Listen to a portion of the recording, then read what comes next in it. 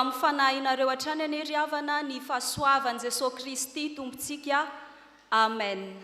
Miavao ao amin'ny tompo ny mpino. Mbola mibanjina izany lohahevitra izany isika amin'ity alahady faharoa ity, izay alahady ihany koa natokana hitrotronam-bavaka ny sampana vondrona fototra laika eto amin'ny fiangonana akadikely, ary natokana ihany koa hitrotronam-bavaka ny fiombonan'ny radio protestanta malagasy. Ry havana miseho amin'ny endrika roa ny fahajambana eto anivon'izao tontolo izao. Miseho amin'ny endrika roa ny fahajambana eto anivon'izao tontolo izao, dia ao ny fahajambana ara-nofo ary ao ihany koa ny fahajambana ara-panahy. Ary io fahajambana ara-panahy io no tena mahazo vahana eo amin'ny fiainan'ny olona tsirairay avy, na ny kristianina na ny tsy kristianina izany. Ny filazantsara araka ny 𝗏𝗏𝗏 manontolo dia miresaka indrindra ary ahitana taratra ny amin'ireo fahajambana izay mamatotra ny fiainan'ny olona ireo. Araka izany ary havana dia andeha ny filazantsara araka ny 𝗏𝗏 no angalantsika ny hafatra ny amin'ity anio ity. 𝗏𝗏 ny andininy faha-efatra amby roapolo ka hatramin'ny faha-efatra amby telopolo. Raha jerentsika ny tantara ry havana dia hitantsika tsara fa teraka jamba ity lehilahy ity. Izany hoe vao tao an-kibon-dreniny izy, vao ny forona dia efa jamba sahady. Ary nisy antony lehibe teo amin'ny jiosy izany fahajambana izany. Ny hevitra mantsy izy ireo fa vokatry ny fahotana ny endrika isehoan'ny fahoriana rehetra, ary tafiditra ao anatin'izany ny fahajambana, ny abokana, ny fahalemena ary ny aretina maro samihafa. Ka izay rehetra voafatotra ao anatin'izany aretina izany dia voahilikilika avokoa, ary ihany koa tsy nirarahina toy ny olona tsy manana ny maha-izy azy, tsy manana ny lanjany. Ary izany indrindra nahazo ity lehilahy jamba ity satria nangataka izy, izay no asany, ary voahilikilika ihany koa. Tao anatin'izay indrindra no nahatonga ny mpianatra nametraka fanontaniana tamin'i Jesosy noho ny finoana izay nisy teo amin'ny jiosy, ary noho ny finoana izay efa lalipaka raiky tapisaka ao anatin'izy ireo, fa noho ny fahotana no nahatonga ny fahajambana. Dia tsy nisalasala akory ny mpianatra nanontany an'i Jesosy nanao hoe: moa ny ray aman-dreniny lehilahy ity va no nanota, sa ity lehilahy ity no nanota no ny dia jamba tahaka izao izy? Ry havana, mbola raiky tapisaka ao anatin'ny fiainan'ny olona ny fieritreretana sy ny fisainana manaraka ny fomba nentim-paharazana, ary hita taratra eo amin'ny fiainantsika kristianina ihany koa izany. Kanefa ao anatin'izany dia eo indrindra Jesosy no manitsy ao anatin'izany finonom-poana sy fanarahana anjamba ny fomban-drazana izany, no mitondra fanitsiana sy fanavaozana ary fanatsarana ihany koa i Jesosy. Dia rehefa nanontany an'i Jesosy ireto mpianatra ireto ny amin'ny fahajambana izay nahazo ity lehilahy ity, dia nanome valiteny avy hatrany i Jesosy fa tsy ny ray aman-dreny no nanota, fa nanehoana ny asan'Andriamanitra eo aminy no antony izany. Araka izany ary havana dia andeha omentsika lohahevitra izao teny-soratra masina izao, dia ny hoe ny olona avaozin'Andriamanitra. Ny olona avaozin'Andriamanitra voalohany indrindra dia tsy manana fisalasalana intsony. Ny olona avaozin'Andriamanitra dia tsy manana fisalasalana intsony. Andeha eo amin'ny andininy fahadimy amby roapolo ho vakintsika fa ao anatin'izany no sitomana ny avy amin'izany lohahevitra izany, izay mivaky toy izao amin'ny anaran'i Jesosy manao hoe: fa izy namaly hoe tsy fantatro na mpanoty izy na tsy, zavatra iray loha ihany ny fantatro, jamba aho teo aloha fa mahiratra aho izao. Ny olona avaozin'Andriamanitra tsy manana fisalasalana intsony. Raha jerena ry havana ny hevitry ny teny hoe avaozina eto dia midika ho fanasitranana, fanalana tao anatin'ny aretina, tao anatin'ny aizina. Nosokajiana ho toy ny aretina ny nahazo ity lehilahy jamba ity. Satria mafy anie izany jamba izany, miaina ao anatin'ny aizina, tsy mahita na inona na inona. Kanefa rehefa navaozin'Andriamanitra izy, dia inositran'Andriamanitra, nampahiratiny Jesosy ny masony. Izany hoe ny olona izay avaozin'Andriamanitra izany, dia afahan'Andriamanitra amin'ny aretina izay mahazo azy. Sitran'Andriamanitra amin'ny aretina izay mahazo azy. Rehefa nahiratra ity lehilahy ity ry havana, dia nalaza eraky ny tanàna ny vaovao izay miparitaka. Hitantsika eo amin'ny fiarahamonina misy antsika ihany koa fa raha misy zavatra kely izay ampahafantarina dia vetivety izany dia miparitaka. Dia tahaka izany ihany koa rehefa nalaza eraky ny tanàna fa nahiratra ilay jamba mpangataka, dia tonga tany amin'ny fariseo ny lazany izany hoe nahiratra ilay jamba. Ary tao anatin'izay indrindra no tonga teo ny fariseo nanadiady momba ny fanasitranana, ny fampahiratany mason'ity jamba ity. Ary nanaratsy sy nanevatevan'i Jesosy mihitsy ireto fariseo ireto. Hitantsika tsara eo amin'ny 4:20 eo. Dia niantso ilay jamba teo aloha indray izy ka nanao taminy hoe, Omeo voninahitra Andriamanitra, Izahay mahalala fa mpanota izany lehilahy izany. Maneho izany ho fanaratsiana, ho fanevatevana, ho fanaovana tsinitsinina an Jesosy. Ary izy ireo ihany koa no efa tsy mino amin'ny maha-Mesia an Jesosy, tsy mino ihany koa amin'ny mahampanasitrana, mahampanafaka an Jesosy Kristy. Ka izay indrindra nahatonga azy niaina tao anatin'ny fahajambana. Izay efa nambara teo am-piandohana hoe misy karazan-droa ny fahajambana, ny fahajambana ara-nofo izay nahazo ity lehilahy ity, ny tsy fahitana izany. Fa nisy ihany koa ny fahajambana ara-panahy izay nahazo ny fariseo teto ry havana. Jamba ara-panahy izy. Ary inona moa izany hoe jamba ara-panahy izany? Dia tsy inona izany ry havana fa ny fiainana ao anatin'ny tsy finoana. Ny fiainana ao anatin'ny tsy finoana dia anisan'ny fahajambana ara-panahy ihany koa. Tsy nino ny fariseo, ary na dia efa nanadiady ny momba ny fahasitranany ity jamba, ny fahiratany ity aza izy ireo, dia mbola tsy nino ihany, fa mbola nanafatra indray aman-dreniny ny aina tao anatin'ny tsy finoana. Ry havana malala rehetra ao amin'ny tompo, mety mahiratra ianao, mety mahita ianao, fa jamba ihany koa ianao anatin'izany. Mety mbola miaina amin'ny tsy finoana ianao, mbola mety miaina amin'ny fisalasalana ianao, ka ireny rehetra ireny dia tsarovy fa fahajambana ihany koa no mahazo anao. Tsy voatery izay tsy mahiratra ihany akory ny jamba, tsy voatery izay tsy mahita ihany akory ny jamba, fa ny olona izay miaina ao anatin'ny tsy finoana, izay efa hanambarana matetika ny filazantsara, ny fahatsaran'i Jesosy Kristy, ny fanasitranana sy ny fahagagana rehetra izay efa nataony, kanefa mbola tsy mino ihany, dia tsarovy fa jamba ihany koa ianao, jamba fa mahiratra ianao. Ary ny fitentsika hoe maizina apoditry ny jiro ianao. Eo akaikinao eo ilay fahazavana fa ianao mbola jamba, satria voafatotry ny fisalasalana ianao, voafatotry ny tsy finoana ianao. Ary hitantaratra mihitsy ny tsy finoana izay nananany reto fariseo reto, ambara fa tena niaina ao anatin'ny fahajambana ara-panahy izy. Tao anatin'izay tsy finoana izay anefa ry havana, na dia efa hita taratra aza ny tsy finoany, dia tsy mba niaina tahaka izany ity lehilahy jamba ity, fa tena naneho tokoa ny finoana lehibe izay tao anatiny izy. Ary rehefa niteny taminy ny fariseo hoe omeo voninahitra Andriamanitra, raha ny hevitra io teny hoe omeo voninahitra io Andriamanitra ry havana, dia midika indrindra ho paikady izay nentin'ny fariseo hamandriana ny olona iray ilaza ny marina. Izany hoe rehefa misy fomba tiany fariseo ilaza ny marina ny olona iray, dia io ny teny ampiasainy hoe omeo voninahitra Andriamanitra, hamandriana ilay olona iray izay nanehoana ny fahagagana sy ny fahasitranany nataon'Andriamanitra.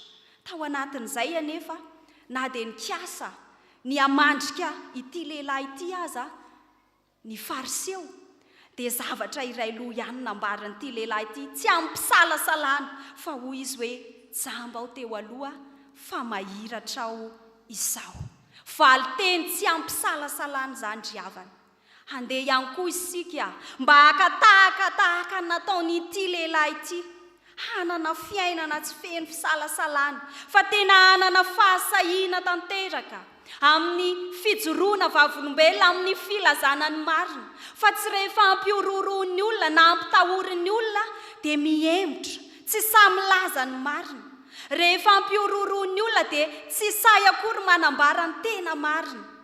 Ry havana, tsy finoana izany rehetra izany, fa ny olona vaozin'Andriamanitra dia efa nodioviny, efa nafahany, efa nositranony. Ireny tsy finoana fisalasalanao ireny dia tsarovy fa aretina ireny. Ka efa nositranon'Andriamanitra ianao, meteza ho avaozin'Andriamanitra, fa izay no angatahan'Andriamanitra aminao. Meteza ho avaozin'Andriamanitra raha te hahiratra ianao eo amin'ny fiainanao, raha te ho afaka amin'ny tsy finoana ianao, dia meteza ho avaozin'Andriamanitra. Fa aza mangatakandro intsony, fa avelao Andriamanitra hiasa eo amin'ny fiainanao. Fa ny hafatra faharoa ry havana, izay angalantsika ihany koa ny hafatra, dia eo amin'ny 7:30. Ny olona vaozin'Andriamanitra dia samy mijoro. Ny olona vaozin'Andriamanitra dia sahy mijoro. Andeha rahantsika mamaky ny 7:30 amin'ny anaran'i Jesosy. Raha tsy avy amin'Andriamanitra izany lehilahy izany dia tsy mahefa na inona izy. Raha tsy avy amin'Andriamanitra izany lehilahy izany dia tsy mahefa na inona izy. Ny olona vaozin'Andriamanitra dia samy mijoro. Tena sahy mijoro tokoa ity lehilahy ity. Rehefa nanadihady azy ny fariseo, rehefa nikasany hamandrika azy ny fariseo, dia sahy mijoro izy. Satria ny teny ny fariseo fa mpanota io lehilahy io, tsy avy amin'Andriamanitra io lehilahy io, dia sahy mijoro ary sahy nanambara avy hatrany ity lehilahy ity. Fa raha tsy avy amin'Andriamanitra ozy izy io lehilahy io, dia ahoana no hasitrana fijoroana vavolombelona mivaingana zany ry havana. Tena maneho apahy be maso fa tena avy amin'Andriamanitra ilay olona izay nanasitrana azy. Tena avy amin'Andriamanitra i Jesosy izay nanafaka azy tao anatin'ny fahajambana. Ary tsy teo ihany ny fijoroana vavolombelona nasehon'ity lehilahy ity, fa efa hatramin'ny voalohany izy dia efa sahy nijoro vavolombelona sahady. Sahy nijoro vavolombelona sahady izy hatramin'ny voalohany. Satria rehefa nositran'i Jesosy izy dia tsy hoe nangina fotsiny, fa ihany koa sahy nanambara ihany koa fa tena Jesosy tokoa ny tompo sy mpamonjy eo amin'ny fiainany. Eo amin'ny 7:30 dia efa manambara ny amin'izany hoe mino ahozy izy. Rehefa noroahany izy, efa noroahan'ny fariseo izy, dia niaona tamin'i Jesosy ary nanontany azy hoe ary ianao ve mba mino ahozy izy. Ary hitantsika tsara fa na dia teo ihany aza amin'ny fijoroana vavolombelona izay nasehony, dia tamin'ny voalohany ihany koa izy dia efa sahy nijoro vavolombelona, satria efa nasain'i Jesosy sahady izy hisasany amin'ny farihin'ny 𝗍𝗍𝗠𝗏. Izany hoe olona jamba no irahana handehana hisasa. Ary io farihin'ny 𝗍𝗍𝗏 io ry havana tsy mba hoe toerana kaikikaiky, fa toerana lavitra io, amin'ny ora ny lalana andehanana any. Tsy mba hoe toerana kaiky kely hoe andeha hoetsy amin'ny arebusy fa andeha hisasa tarehy, hisasa maso, fa toerana lavitra nandrahan'i Jesosy azy. Kanefa tao anatin'izany dia nanana fahasahiana izy nijoro ity lehilahy ity. Tsy nataony olana, tsy nataony fahalemena akory ny fahajambana teo anatiny, fa vao nanao feta Jesosy, nanositra ny feta tamin'ny masony, rehefa naniraka azy hoe mandehana amin'ny sasany amin'ny farihin'ny 𝗍𝗍𝗏, tsy nisalasala akory izy, fa tonga dia lasa izy nandeha. Ataony olona jamba ahoana moa ny andeha nefa izy aza tsy mahita akory. Mety hanana fisalasalana ihany hoe ahoana raha voafinganeny, ahoana raha menjery, ahoana raha latsaka ny akady. Kanefa tsy nataony olana izany. Tsy izany no nijereny ity lehilahy ity, fa ny finoana tao anatiny. Ary io finoana lehibe izay tao anatiny io no nahatonga azy ho sahy sy hijoro. Ry havana malala rehetra ao amin'ny tompo. Ny olona manam-pinoana dia samy joro mandrakariva.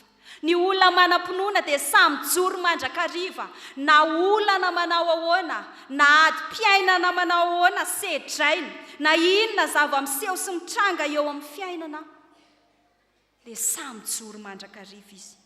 Ary rehefa samy joro ianao, dia voka-tsoa no azonao anatin'izany. Dia hitantsika tsara fa rehefa sanjoro ity lehilahy ity, dia inona ny zava-niseho taoriana izay rehefa sahy izy ary lasa nandeha nanasa tarehy tany amin'ny fariny 𝗍𝗠𝗏. Sitrana soamantsara izy. Fahasitranana no niseho, nahiratra ny masony. Ny fahasahiana, ny fijoroana amin'ny finoana ry havana dia mahatonga fahombiazana. Tsy mbola nisy olona sahin-joro tamin'ny finoana ka tsy nahomby teo amin'ny fiainany. Tsy mbola nisy olona sahin-joro tamin'ny finoana na nanana fahasahiana ka tsy nahomby teo amin'ny fiainany. Mety marary indraindray. Mety marary indraindray ny fiatrehana izany. Mety mitondra fahoriana ihany koa. Mety mandiso fanantenana mihitsy aza. Fa izao ny tsarovo hoe ny marina amin'ny finoana no velona. Velona mandrakariva ianao rehefa samy joro amin'ny fahamarinana. Velona mandrakariva ianao rehefa miorina amin'ny finoana. Ary ny fijoroanao sy ny fahasahianao dia natao iainana mba hanehoana ny asan'Andriamanitra. Izay no nambaran'Andriamanitra rehefa nametraka fanontaniana ity fahajambany ity lehilahy ity ny mpianatra. Natao izany ozy mba hanehoana ny asan'Andriamanitra. Izany hoe ireny olana atrehantsika ireny. Ireny fahasahiranana atrehantsika ireny. Ireny adi-piainana izay atrehantsika ireny na dia marary aza, na dia mampahory aza, dia natao ireny mba hanehoana ny asan'Andriamanitra. Ao anatin'ny fahasahiranana, ao anatin'ny fahasarotana no hanehoan'Andriamanitra ny asany. Ary raha miorina amin'ny finoana ianao dia hivoaka ho mpandresy mandrakariva. Ao anatin'izany mety tsy ho faly ny olona amin'ny fijoroanao, amin'ny fahasahianao, kanefa hoy ny teny soratra masina hoe mijoroa mandrakariva fa ireny no afaka hitondra fandresena eo amin'ny fiainanao. Tsy faly ny olona amin'ny fahombiazanao. Dia hitantsika tsara eto amin'ity perikopa izay manoloana antsika ity fa tsy faly eneny fariseho ny amin'ny fanasitranana nataon'i Jesosy an'ity lehilahy jamba ity. Anisany tsy nahafaly azy ny nanasitranana azy tao amin'ny andro sabata, satria anisany nitana ary nanaraka ny fomban-drazana izy ireo. Anisany mpanaraka ny lalàna izay napetraka izy ireo. Tsy faly izy. Tao anatin'izany ihany koa tsy faly izy ireo ny amin'ny fahasitranana ity lehilahy ity. Tsy faly ihany koa izy ny amin'ny valiteny sy ny fahasahiana izay nasehon'ity lehilahy ity. Ary amin'ny farany aza dia nefara amin'ny fandroahana. Izany hoe midika tsy fifaliana izany ny fandroahana. Fa tsy misy olona hoe faly andeha androaka anao izany. Fa olona tezitra ny olona mandroaka. Fa tsy misy olona faly mandroaka anao. Kanefa mety iseho eo amin'ny fiainantsika ihany koa izany. Mety mandroaka anao ny olona, mety manilika anao ny olona. Fa izao ny tsarovo hoe efa navaozin'Andriamanitra ianao. Efa nanafaka anao tao anatin'ny adinao Andriamanitra. Ry fiangonana malala, ry vondrona fototra laika, ry kristianina manontolo, meteza ho avaozin'Andriamanitra. Meteza ho sitran'Andriamanitra amin'io fahajambana izay mamatotra anao io. Aza manao hoe mahiratra aho na mahita ny masoko, fa mety ho jamba ny fanahinao. Mety mbola miaina ao anatin'ny tsy finoana ianao. Meteza ho avaozin'Andriamanitra ao anatin'izany. Avelao Andriamanitra hanafaka anao, hanala anao ao anatin'izany. Rafehezina ry havana ny hafatra ao antsika. Ny amin'ity anio ity dia izao hoe ny olona avaozin'Andriamanitra dia samy joro ny amin'ny zavatra rehetra. Samy joro amin'ny zavatra rehetra ary tsy miaina amin'ny fisalasalana intsony. Koa raha tianao ny hanana fahazavana dia meteza ho avaozin'Andriamanitra eo amin'ny fiainanao. Koa raha misy olona ao amin'ny Kristy dia olom-baovao izy. Efa lasa ny zavatra taloha, indreo efa tonga vaovao ireo. Ho an'Andriamanitra irery ny voninahitra. Amen.